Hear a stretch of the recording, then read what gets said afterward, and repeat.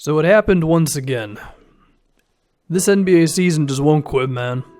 Gordon Hayward, the first game of the year, and then lately we've had a number of significant players go down with an injury. And now Kristaps Porzingis can be added to the list with a torn ACL. It's still kind of fuzzy on how long his rehab process will be. I'm going to guess somewhere between 9 to 12 months. And now for the Knicks, I think this really tests their organization.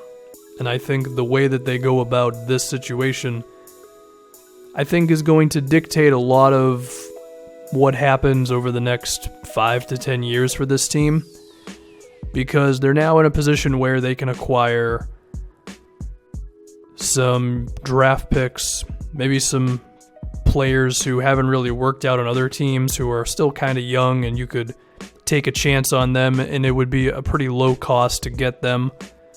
Maybe not necessarily Malik Beasley of the Nuggets, but someone like a Malik Beasley. Mo Harkless being another name, but again, not necessarily him. You got to find those type of guys. There's a lot of NBA players. There's always a few that slip through the cracks.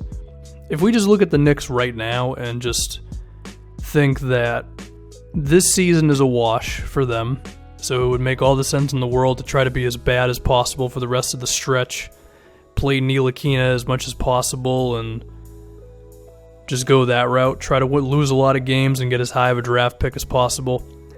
You could also argue that next season is in a lot of danger as well.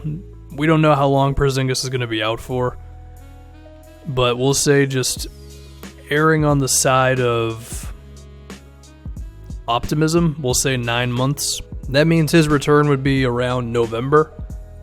I mean, I think it's possible that you could just hopefully hold the fort down somewhat until he came back then, and then you have to assume it would take him maybe a month or so to get back to what he was. So maybe you're getting the real Porzingis around December. I mean, I think it's possible that the next season is not a complete wash. Now, of course, it depends on how long it takes. I mean, if it comes out that it's going to take him a full 12 months, well, then that's a different story. But, I would say 9 to 10 months is probably fair for this injury. Now, depending on who they draft, and I'm going to talk about this more in detail later on in the video, but I'll just preview a little bit here. Depending on who they draft, maybe next season really wouldn't be that bad if you just nail it with the selection. But anyway, what do they do? Well, if we look at the team right now, number one, Willy Hernangomez already got moved for Johnny O'Brien and 2 second-round picks. I mean, I was never as big on Willy Hernangomez as I think other people were. My fear was that he was just never going to be a good defensive player.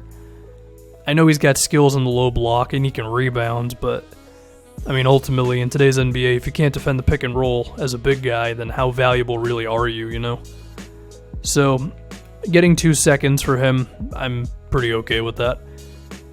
If we look at the rest of the team, the one dude who's the most interesting to me is Courtney Lee, because I think he's probably the one guy who can actually get you a first-round pick.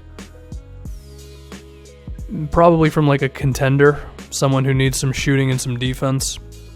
The Oklahoma City Thunder could be a good option here, but they also have a protected pick to the T-Wolves, which is going to convey this year, but that does create some complications about if you can actually trade the thing or not. And even if you can move it, I mean, the Knicks know that they wouldn't be actually getting a first-round pick in that move anyway. But I'm sure you could get a first, probably with some protections on it, for Courtney Lee. I don't think anybody else really gets you a first. I mean, I think you could probably get a second out of Lance Thomas. Well, probably not, because his contract goes until 2020. I think you could get something for Kyle O'Quinn, because he's on a 2-year player option that he potentially could decline. I don't know. It's about $4 million, and money is definitely tighter now than it was a few years ago. Now we got to talk about Enes Kanter. Can you get anything for Kanter? I mean, probably not, just because he's making $20 million this year. He's going to accept this player option of $18 million. And I don't think anybody wants a bad pick-and-roll defender making that much money, unless you were going to either give them draft picks, which the Knicks should definitely not do, or if you were going to take back a longer contract. So maybe a team, we'll use Mo Harkless as the example again. Probably not him, but someone like this who has kind of fallen out of the rotation a bit for his current team and is on a longer contract than Enes Kanter is, and you think that guy could potentially be something for you, then I think that's the kind of move that you would look for Kanter. But even then, that's kind of tough to find. So I have my reserves on if Enes Kanter can actually be moved for much of anything, and if he can't, then you just let him walk after next season. Besides all that, I mean, I think it's a matter of just playing Frank Ntilikina, and I think it's kind of clear that Ntilikina is going to take some time here to really be something as a creator and all that.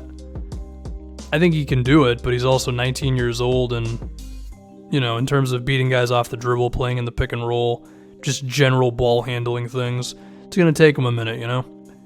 Now let's get to the NBA draft. So, first off, when I say any of those trades I just mentioned, if you have an opportunity to make them, you better do it right now, because the deadline is in about 23 hours, pretty much.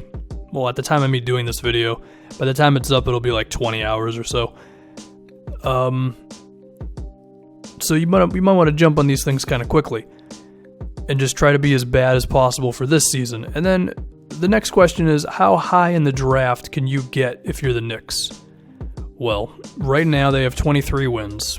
There are currently about 9 teams that are worse than the Knicks right now in terms of record. So if you're selecting around number 9, number 10 or so, you're probably not going to get a big-time player.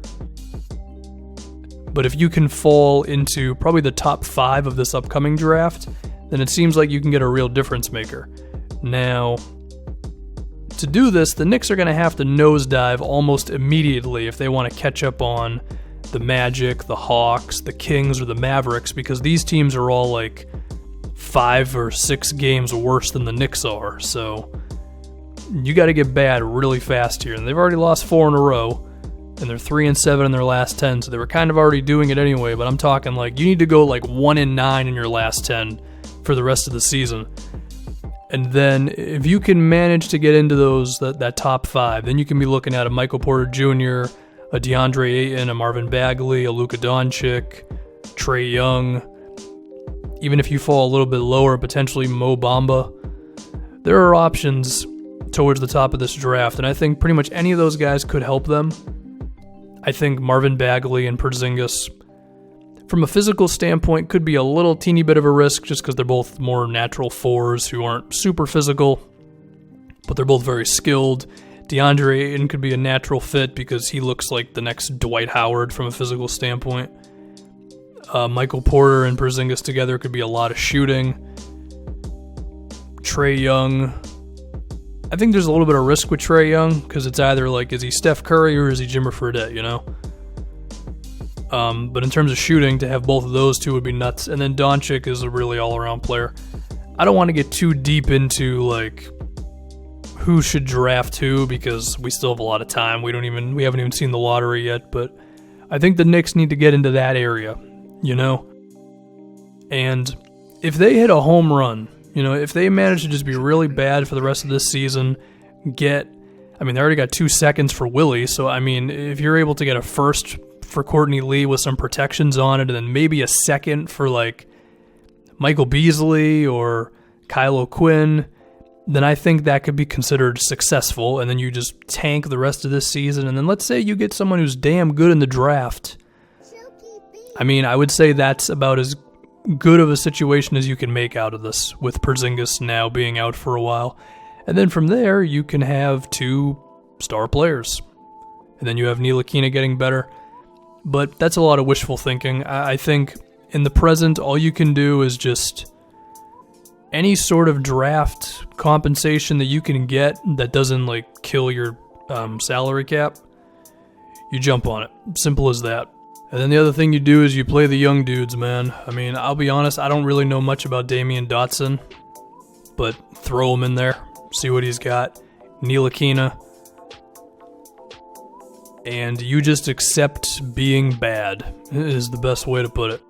And another interesting thing that I want to talk about here is some of their potential free agents after this season. You have Jarrett Jack, don't bring him back. Michael Beasley, he has been a scorer off the bench for them lately, so I can understand wanting to bring him back, but I do think he's still got problems as an all-around player. Personally, the guy I like the most out of their potential free agents is Doug McDermott. Like, I understand he doesn't have the ability that Beasley has in terms of, like, going off the dribble and posting up sometimes, but McDermott's also a way better shooter who I think hasn't totally been given the green light in his career to just kind of hoist him up there. And I think he does a better job of kind of fitting in. I feel like Michael Beasley has to kind of go against the grain of the offense sometimes in order to get his, so to speak, which you could argue could be valuable on second units, but I just think it's easier to put McDermott into a team and just let him be a positive piece, whereas Beasley, it's more difficult. I also think Beasley's going to ask for maybe a little more money than you're willing to give him after this season. I mean, here's an interesting thing for you. McDermott's usage rate for this season is like 9%. Michael Beasley's is 29%. And I don't think it's obvious that one of them is clearly better than the other one. Michael Beasley, to me, he's kind of in like that Evan Turner area where it's just the amount of ball handling that is required for him to actually be something on the floor, I think is just too damn high. So, anyway, I like McDermott more. I would consider re-signing Doug McDermott, is what I'm getting at here. However, there are some complications with that. Mainly Ron Baker and Kyle O'Quinn's player options. In a perfect world, Baker would definitely decline his because he's just not that good. I think O'Quinn is a pretty okay player. So, if anything, you could manage him for just one season, and then when his contract's up, you probably just let him go.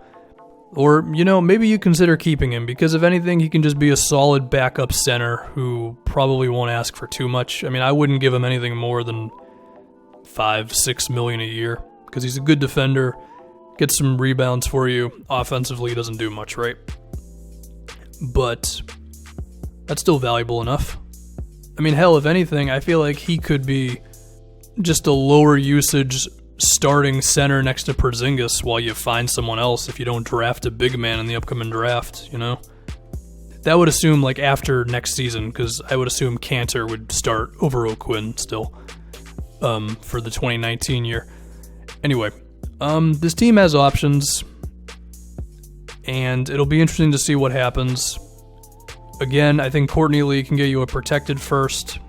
I think a couple other guys could potentially get you seconds.